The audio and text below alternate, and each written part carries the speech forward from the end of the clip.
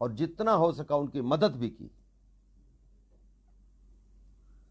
تو میں ٹھٹھا کے حوالے سے عرض کر رہا تھا کہ ٹھٹھا بڑا ثقافتی شاعر تھا، اس کا قبرستان بتا رہا ہے، یہ مکلی کا قبرستان جو ہے یہ بتا رہا ہے کہ اس کی بڑی تاریخ تھی۔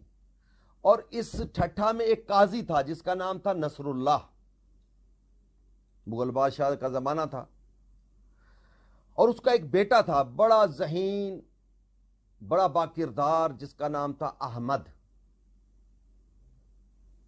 آج میں چاہتا ہوں کہ اس کی سوانح حیات تھوڑی سی بتا دوں کہ کتنے عظیم لوگ اس سرزمین پر رہے ہیں، اور بڑے لوگوں کو ان کے بارے میں معلوم بھی نہیں ہے۔ وہ ٹھٹھا کا جو قاضی تھا اس کا ایک بیٹا تھا جس کا نام تھا احمد۔ اس کے پاس عرب سے ایک فقیر آ کے رہا کرتا تھا۔ باتوں باتوں میں احمد نے، وہ جو قاضی کا بیٹا تھا، اس نے اس فقیر سے باتیں کرنی، رات کے وقت پوچھنا عرب کیسا ہے، فارس کیسا ہے۔ تو اس فقیر نے احمد کو، قاضی کے بیٹے کو، عرب کے بارے میں بڑی معلومات دی اور فارس کے بارے میں بڑی معلومات دی۔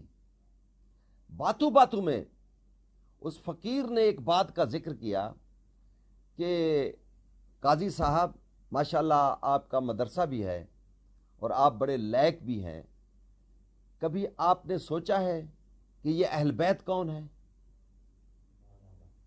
اہل بیت کے بارے میں کوئی مطالعہ کیا ہے؟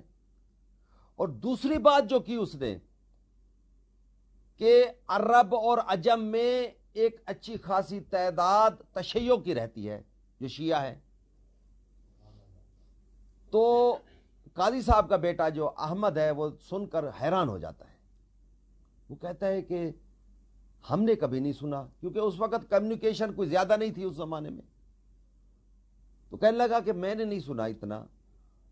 تو اس فقیر نے، جو عرب سے آیا ہوا تھا وہ فقیر، لیکن اس نے اس قاضی کے بیٹے احمد کو تشیع کے اصول دین بتائے کہ جو شیعہ ہیں وہ اصول دین پر یقین رکھتے ہیں، وہ اصول دین یہ ہے۔ کون سا؟ توحید، عدل، توحید، عدل، رسالت، امامت اور قیامت، اور اس پر ان کا یقین ہے اور اس پر ان کا دین قائم ہے۔ اور جس سکول کو وہ فالو کرتے ہیں، پیروی کرتے ہیں، اس سکول کا نام ہے جعفریہ، جو امام جعفر صادق علیہ السلام کی فقہ ہے۔ اور پھر فروع دین کے بارے میں بتایا، مل کر درود پڑھ لیں، اللہم صلی علی محمد وعلی۔ پھر اصول دین کے بارے میں بتایا، پھر فروع دین کے بارے میں بتایا۔ تو قاضی کے بیٹے کو کچھ شوق ہوا کہ میں اس سکول آف تھاٹ کا، اس فقہ جعفریہ کا کچھ مطالعہ کروں۔ وہ سوال کرتا رہا، اور وہ فقیر، وہ مسکین، وہ غریب جو عرب سے آیا ہوا تھا، اس نے